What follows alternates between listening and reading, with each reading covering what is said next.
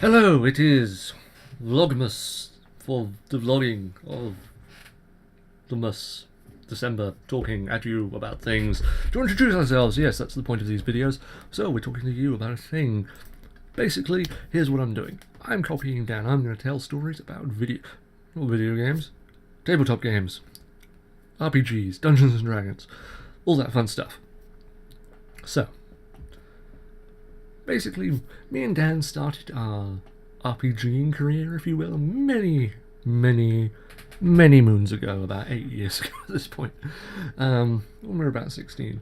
When we first cracked open and did our first campaign of 4th edition D&D.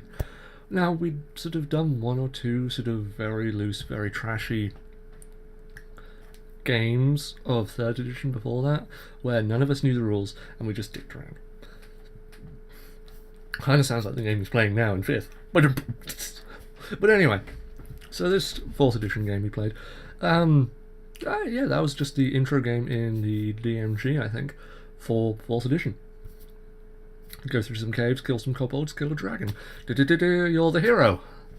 And yeah, that game still sticks with us. You know, it kind of set us in the patterns for what we were doing with games ever since. In fact, I still bug one of our friends who games with us all the time about the interaction between our characters. I played a ranger because I played a character and ran the game because I wanted to do both, and screw you guys, I'm doing it anyway. And he was a warlock,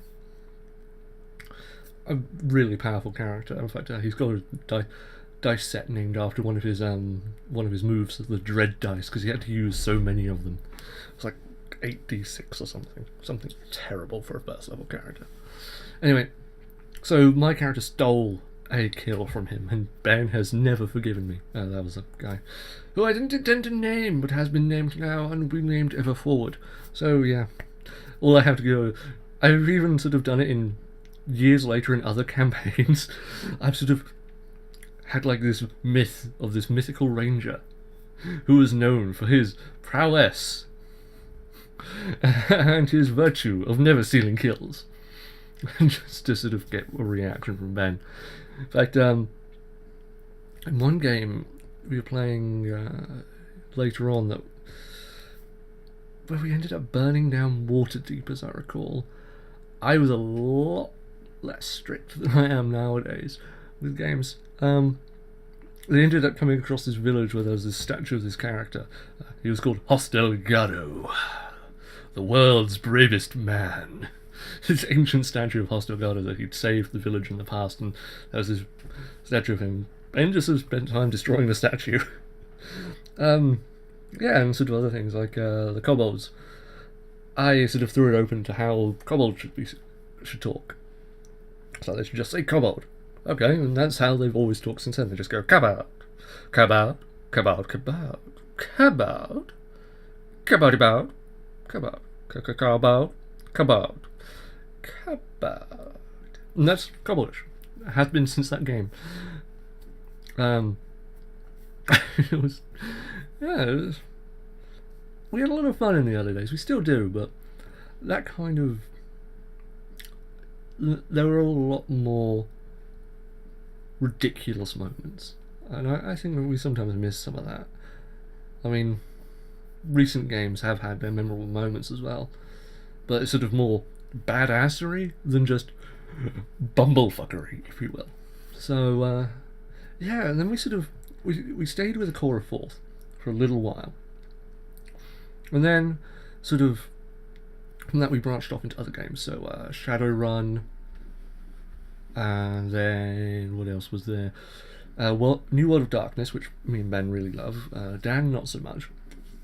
I just don't think he likes the setting. I know we talked about doing Cthulhu, but I can't remember if we ever actually did Cthulhu. And I'm sure we've played other games, like tried GURPS once or twice. I have a bunch of games that we never ended up playing as well. But we did New World, and we did a campaign of that. Once again, that was a bumblefuck campaign that I still have some really fond memories of. More sort of designing that one, because that was the first campaign I sort of designed very player focused. Whereas before I'd kind of just and I still do sort of very much tell a story, but this time, because it was a horror game, I tried to sort of design it around what I knew the guys feared. Like, I knew Ben had really read up on Old World lore, and sort of how scary some of that stuff is, so I sort of snuck that in, like, well, maybe there's some of this. But there's my favourite story to tell about all of his characters there. Now, I think that we did New World directly after 4th. Now, 4th had a big problem with every book had a new class, basically. So, as far as I was concerned, RPG books were like, well, every book's got a class in it, right? I don't know. So, looking at World of Darkness, it's actually lots of little games within the same universe. I saw it as, oh, lots of class books, right? So that first game, I was like, I'll just pick a book and, choose your class and we'll run with it.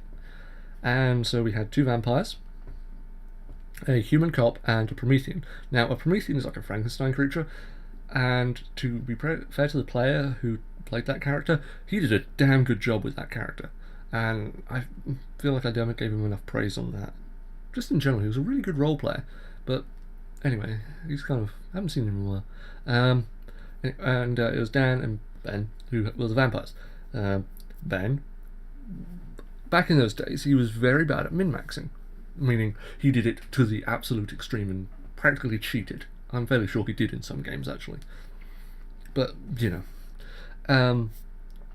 and so he built his vampire character, which has been his vampire character for every game since, which has been a character who is, it's been a Victorian gentleman who has a sword cane. One day I'll get him to play something else. I promise myself I will. Next vampire game. No, Ben, you can't be a Victorian gentleman. Pick something else. Edwardian gentleman? No, you can't be British. No! Anyway. So the way World of Darkness works is you have stats and skills up to 5 points, and basically you combine them together to create a dice pool. That dice pool, you then roll. If it's above a 7, it's a success. More successes the better, basically. Very simple. So what Ben did was he got it together somehow that he had a dice pool of 12 for swordsmanship. I'm not entirely sure how he did that, but he did it. So they're in this central city that I created called Mistborn, not related to the Brandon Sanderson novels, where they're in this like central business plaza, and they're breaking into this business to investigate it. Can't remember the whole setup of it, but there's a secretary there, and they're like, okay, well, we'll deal with her. Then she basically just busts them all out the window. Well, I think she busts the vampires out the window, and then jumps after them. Other 2 run down the stairs, and she transforms into a werewolf.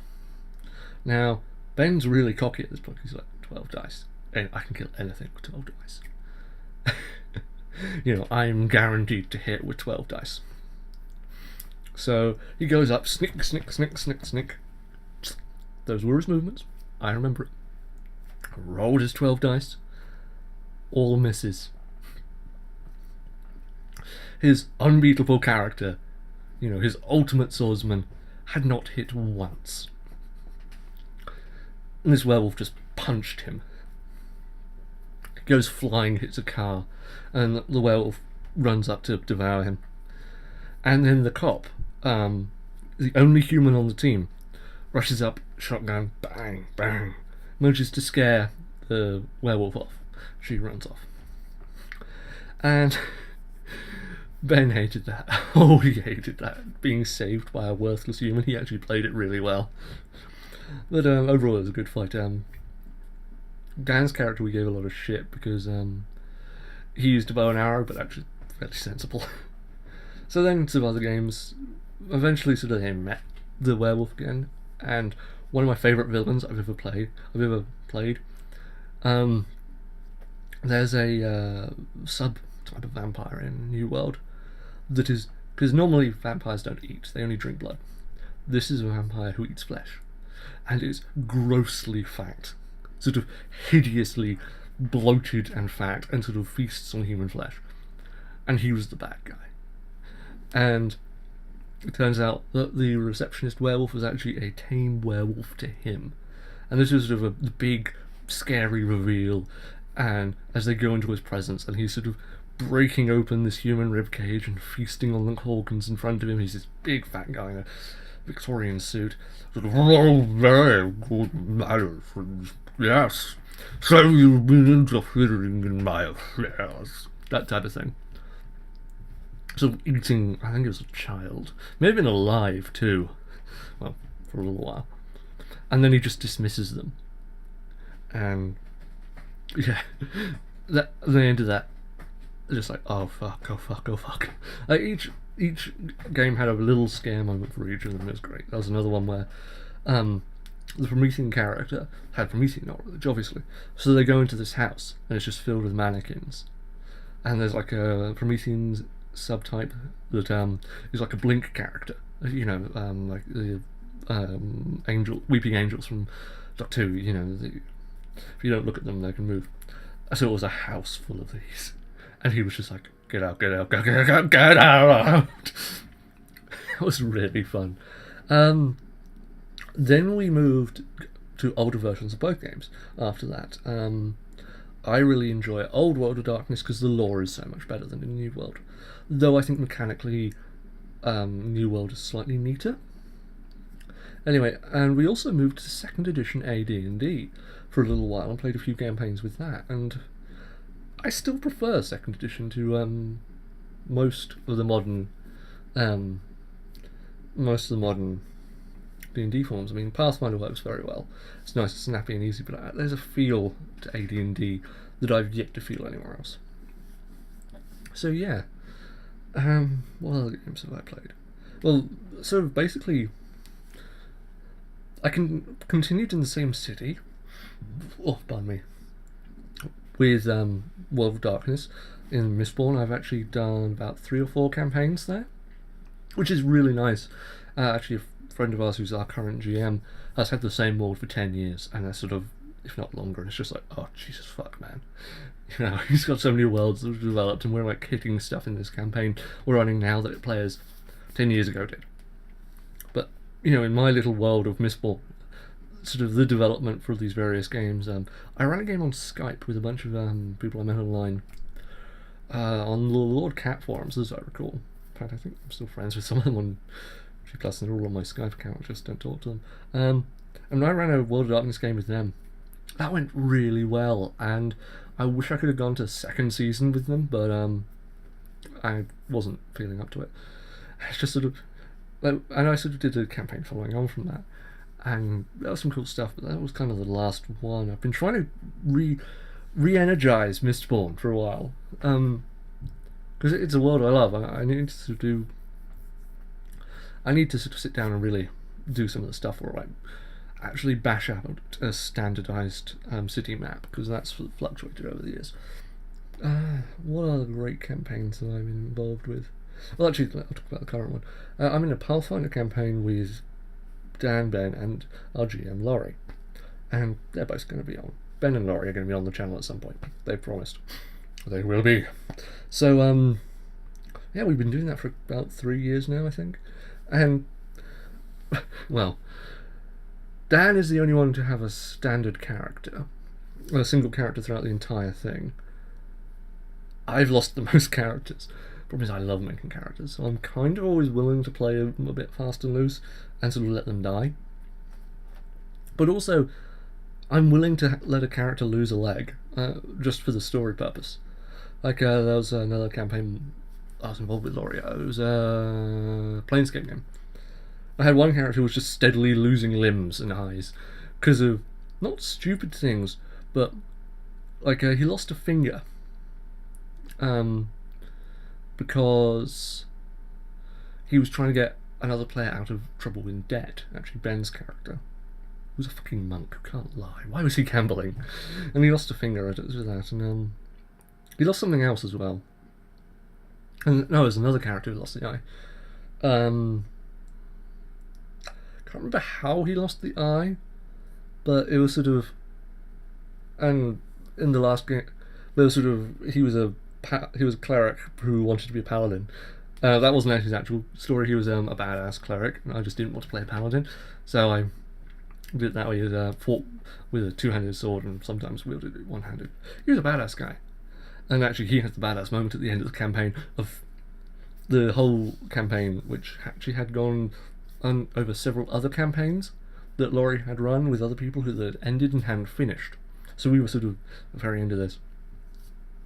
So basically, there's a hill, demon under it, fucking shit up in this valley, and we had to fix all the stuff. And it ended with my cleric character Matthias. I think he was flying under this hill with a magic with his sword, and fighting the demon under the hill for all time. And I did some fun stuff with that character, like we sort of kind of hammered out some loose low magic rules, so like ritual magic people can do. You don't have to be magically able, you just have to be able to sort of imbue will to do it. It sort of was tacked on to some other existing stuff in his world, and it was this big thing, and that was his badass moment. But I had this character before who was basically a gay wizard. I didn't intend him to be gay starting out, but he kind of developed this relationship with the town mayor, or the Reeve as he was called, where they became really close friends. You know, in that Saturday morning cartoon way, where they're really close friends. Wink. And sort of, I developed a lot of Carlos character stuff with that, and I really enjoyed it. Current campaign, I'm playing a gnome wizard who's very grumpy. Not so much of the personal stuff, which I kind of miss, but I like seeing a lot of the world. So that, what I really should do is just try and really establish some stuff with the other players. Because that's the one problem our parties always have, is because we always play together, we never... It's like, well, yeah, this is Keir's character. He's in the group. That's the one problem I always have with us role-playing, and I'm as big a problem as anyone else. It's sort of, we never build it's very difficult for us to build ties with one another. It's like my character's got more in common with an NPC who's travelling with us, who's one of the characters' companion. It's like a souped-up NPC than I have with the other characters. But I like playing weird role-playing personalities. Like my favourite character ever to play. This was I played this with another friend of mine. It was a Rogue Trader 40k game, Warhammer 40k Rogue Trader, or however you want to put it. And I built a character. Well, I built two characters. When I started a game, when I start a new game with a new GM, I always play an orc. It's a weird thing I do. The first character I played with Laurie was an orc, because basically it's how are you going to deal with this weird character? I want to see their mettle first. And actually Laurie completely understood what I was doing. He's like, okay, you've kind of got your feeling of me, do you want to change characters now for one that's better for the setting? So I was like, yeah. Then I played Marlowe, my wizard, and he was a lot of fun. I miss him. It's actually one of the few characters that's like, I miss Marlowe. But anyway, so after this orc character, who was essentially the same as the other one, I think they had the same name as well, Ugluk. That's kind of my orc name. I played this character who was an older... I was reading through the lore on Rogue Trader, and there was this little thing where sometimes rogue trading licenses will be given to people as a way to get them away from the court, because a rogue trading agreement isn't something you can turn down. So that's what I did with this character, is I made him an administratum character. So he was basically just a bureaucrat, and he'd been forced out into the wilds of space. And so I played him as he should be. He was just a complete and utter coward. You know, he'd been born and grew up on Terra, pampered. He was sort of this fat bureaucrat who'd been forced into this world where, I now need to go out and do missions, and we don't get off for afternoon tea, that kind of thing. So, like, he was put under command of this superior rogue trader, And he was like, I have no idea what I'm doing, what, because you don't get a ship, you just have this degree, and that's sort of, you have to go out and make money somehow. So, like he had a it's like he had a family pistol, and that was it. Like, so everyone else, like, I think we had a space marine, some Imperial Guardsmen, rough, tough mercenaries. Oh, there's a psyker as well. And then there's sort of me, who was, well, I don't know, I've come. Why is it a gun? Being a complete coward. And first, the group didn't really know what to make of me because it's a very heavy combat game. But so I kind of played up the comedy aspect of that. But then at one point he was forced to kill someone, and then he became he sort of devolved into alcoholism, and that was admittedly for the comedy aspect of it, but it was a legitimate reason for him to do that. And it's sort of, there was literally in the game, he was forced to shoot someone or be killed. It was sort of in this office situation. They had to, I can't remember who they were fighting. It was sort of some kind of gang. They had to get into this warehouse to get something. It was a while ago. So it's like he's sort of gone into this office. Okay, I'll deal with the doors. I won't have to deal with people. But technology is kind of my thing.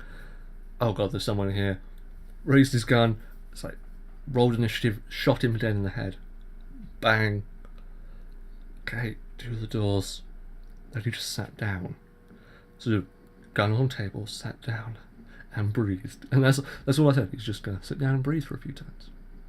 And I was like, but we need to rush in. It just needs to take a minute. He's just killed someone. We've just killed 20 people. He hasn't ever killed anyone before.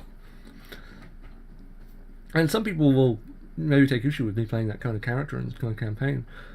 And I think he did eventually get killed off.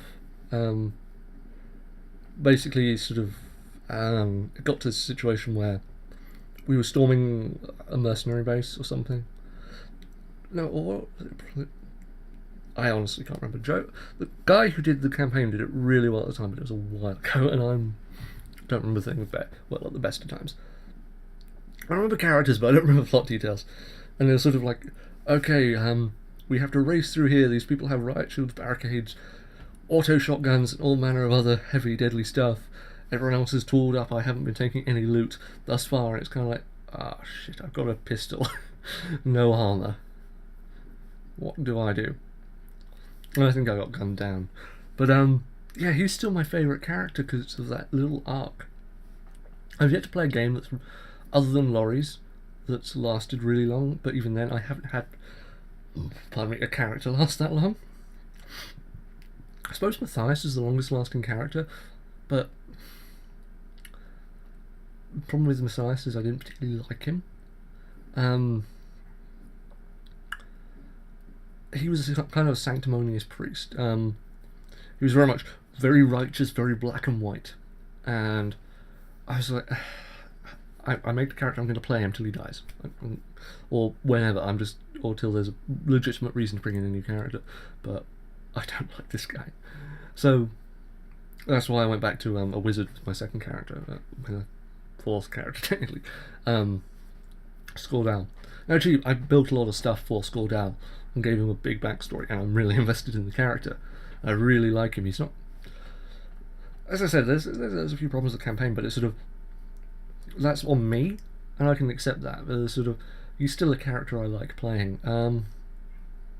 Yeah. Any other interesting games I've played? I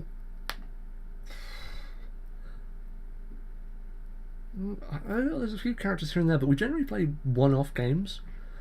Well, we intend to do campaigns and then nothing happens, because for whatever reason things fail, or we plan something and it never happens, as happened with my last few campaigns. We have actually planned to do amuse-bouche games for the next few weeks, so that'll be fun. In fact, I've designed my own system for an amuse-bouche game called the Simple System, which is basically as simple a system as I can create for running a game that you play, and this sort of work can be molded into loads of settings. So it's 5 stats, 5 points. You get a class basically and a feat. That's it. And there's sort of variables and factors, and I've worked in a cool a couple of interesting combat things. It's based around dice pools. I'm currently working it as a detective story, so there'll be 1 or 2 players, and that'll be quite fun. That might be happening today, actually. Who knows? So maybe I'll tell you about what happened there on my next vlog. Might see if I can record that, actually. Anyway, that's been the vlog. Hope you enjoyed it. Good night.